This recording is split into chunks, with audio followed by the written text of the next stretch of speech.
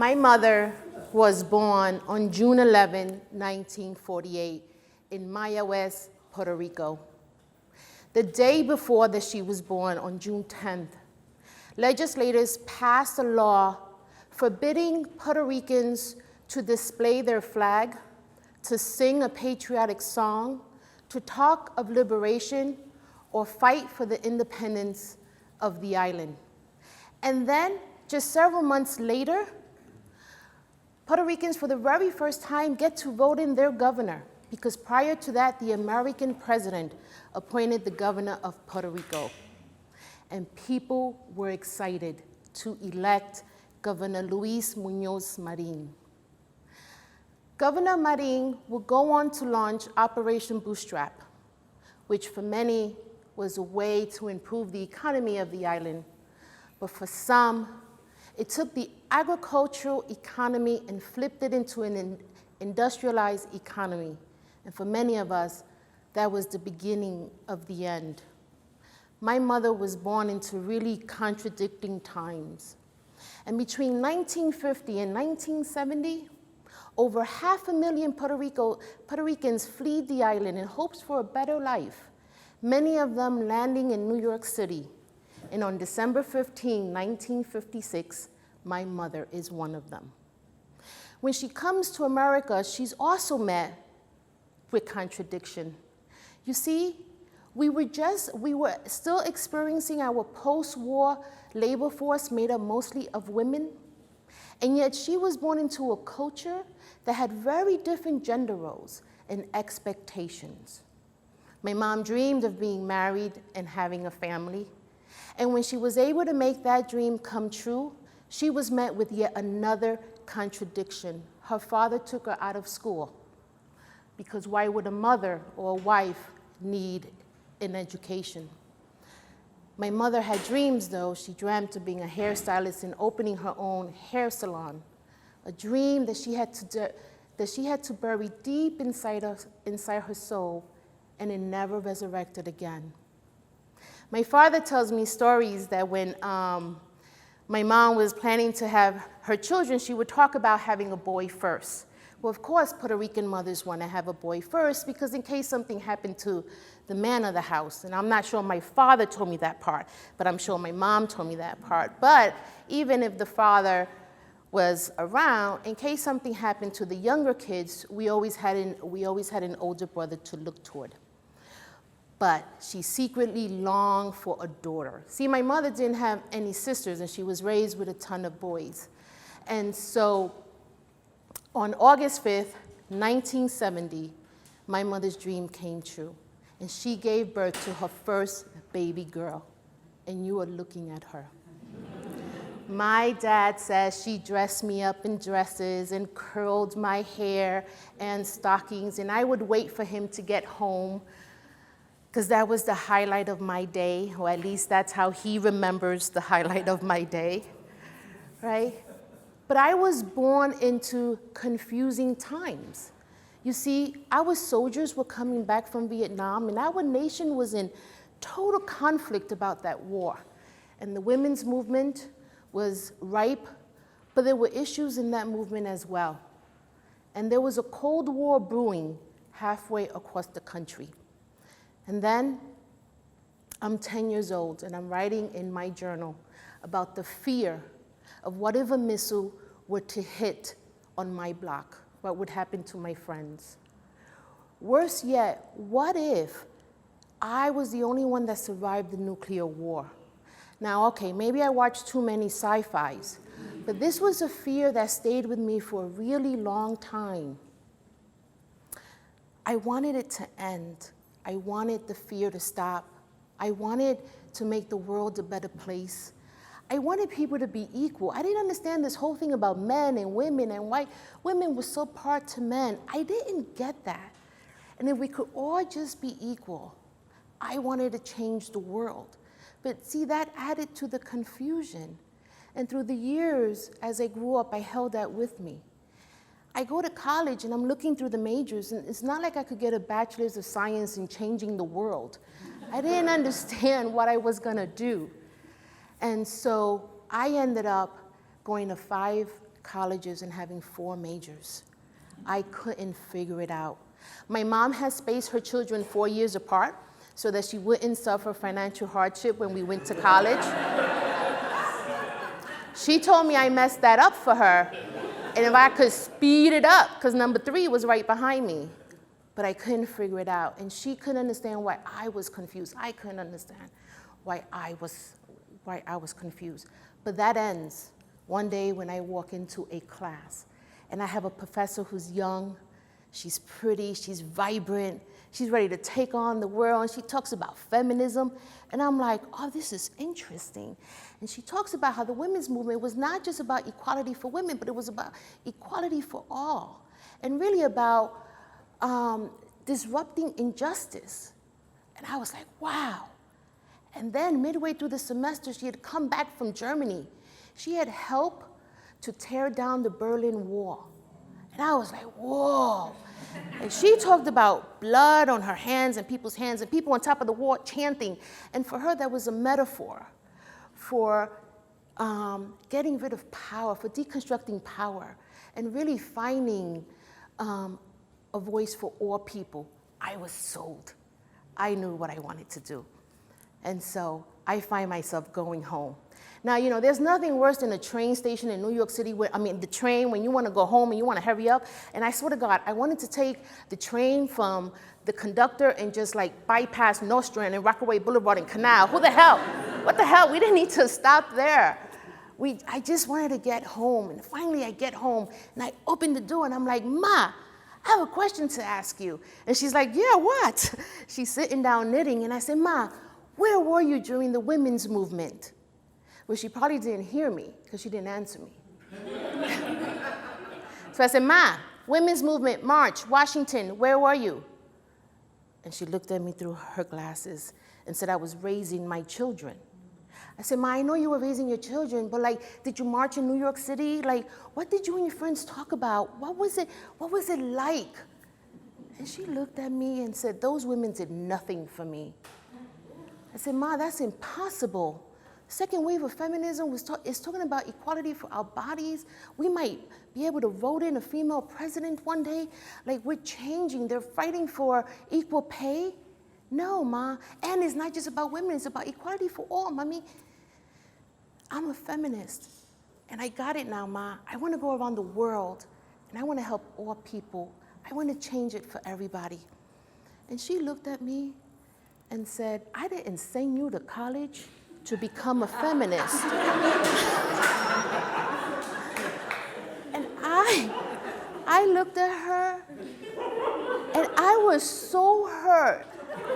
Like, what was that about? Like, she was raising me to be independent and get an education, and she would tell me things about travel the world and don't be bound by the confines of marriage and children and do whatever you want. And she even said that the more education I got and the more college degrees I got, the more money I'll make, and therefore I could hire a cook. So she didn't teach me how to cook. She was so convinced I would make enough money to cook. I'm still waiting for that day, but that has not happened. But that's how she was raising me. And now I had a mother who would never understand a part of me, a big part of me, who I am and what I stand for.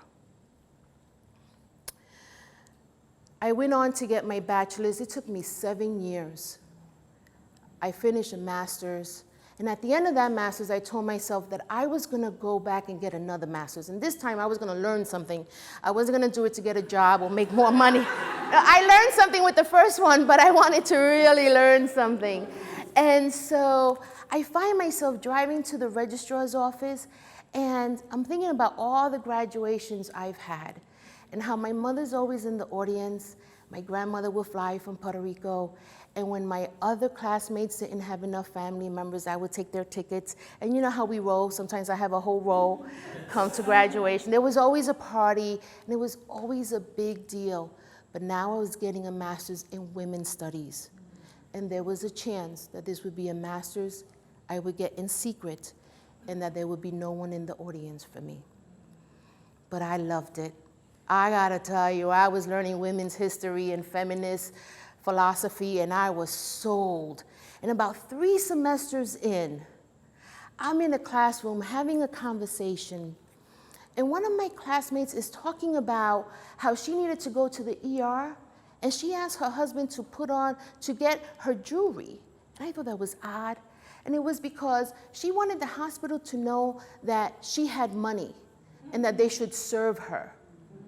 Well, she was a Latina, so I can understand to some extent what that feels like, but I didn't understand the next sentence when she said, and I hope they serve me first. And I thought, hold on, I'm in a room filled with feminists talking about injustice and deconstructing power, and she's talking about getting served first. More first than the homeless guy in the corner who has a gushing wound because he doesn't have insurance, or the guy who's gonna get a heart attack, but he's undocumented, so he doesn't have it. Should she go before him? Because I didn't subscribe to this kind of philosophy. And I got this pit in my stomach, and it occurred to me that it wasn't because of what she said, but for the first time in my life, I understood what my mother meant when she said those women did nothing for me. Was my mother left behind? Was there this hierarchy that mom just couldn't be a part of? Was she not good enough for the movement? Because she wanted what every mother wanted, a better life for her kids. And I know my mother was torn between the country she loved and the one she now lived in, but I knew that my mom would have joined the feminist movement had she been loved and embraced, not in spite of who she was, but because of who she was. But that never happened. And for the first time in my life, I get to live her contradiction. I left after that semester. I never got a master's in women's studies. And this conversation with my mother took place 30 years ago. We have never revisited the conversation. My mother, there's a whole part of me, what I stand for, who I am, that my mother knows nothing about. And while it brings me great sadness because I still identify as a feminist, there is something I know for sure. And that is no matter what, who I was, who I am, and who I will be will always be my mother's daughter. Thank you.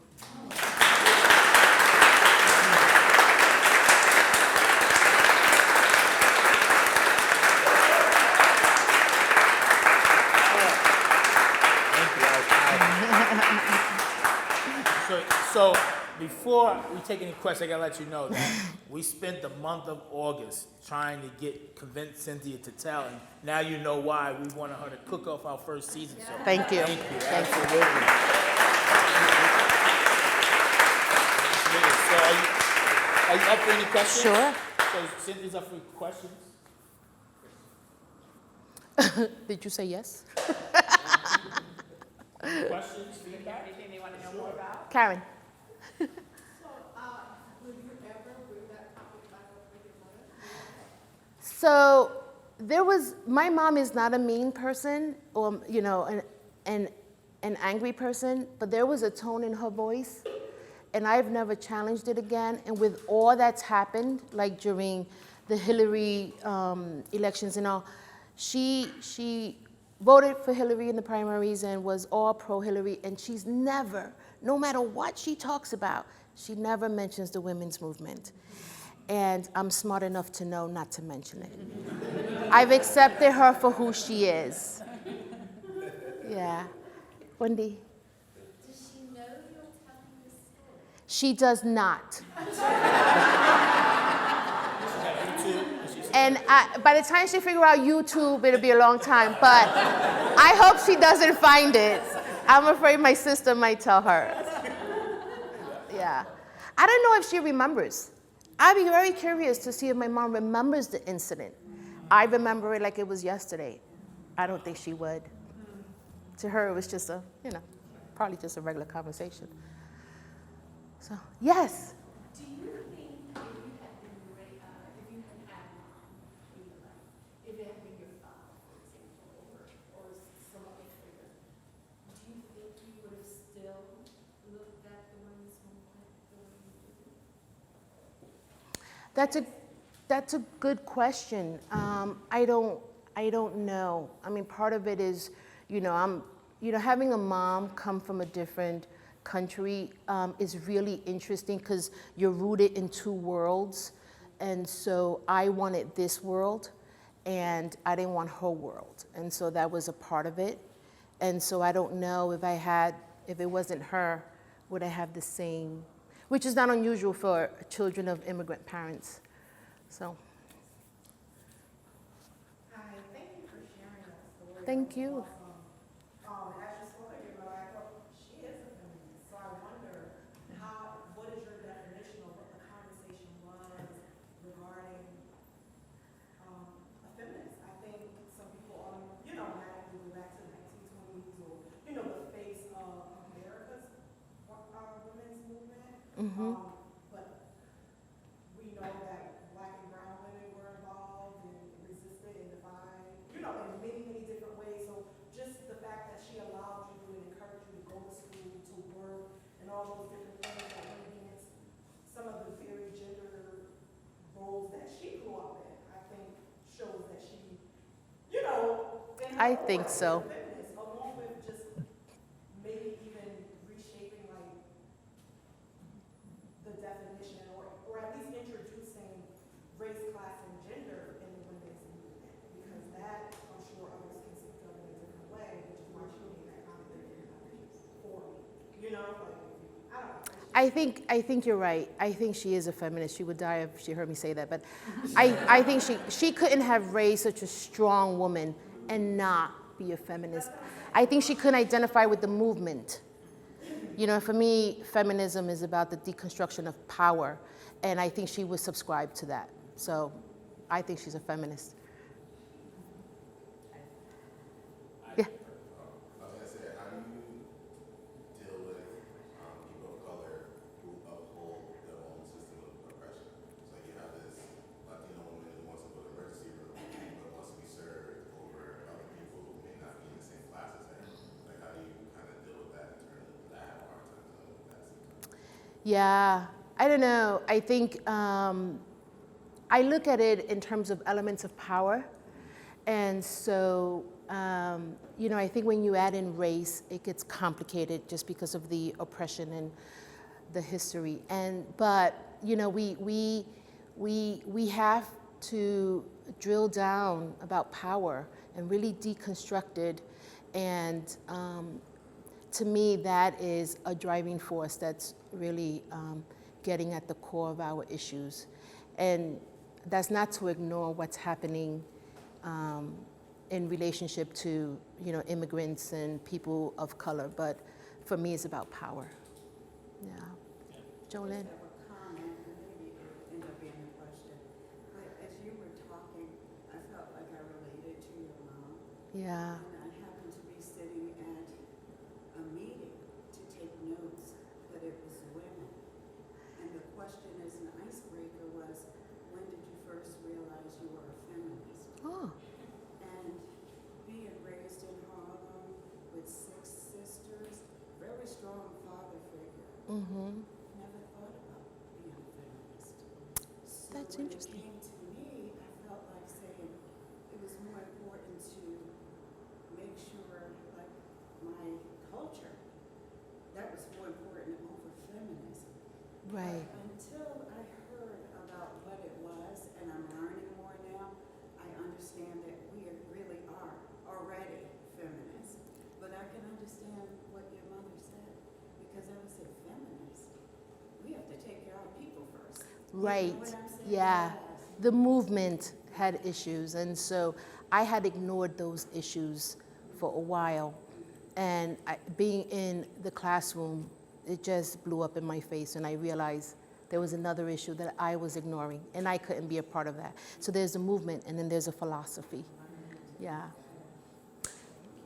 Lindy? So in that there were these 4 years of difference between you and your siblings, Mm-hmm. and then, were you ever able to have those conversations with your siblings? No, we don't. I'm the activist of the family. They think I'm crazy. They've gone on Well, to, no, Yeah, they've gone on to live their lives, and they live very normal lives, and they're not angry or pissed off at anything.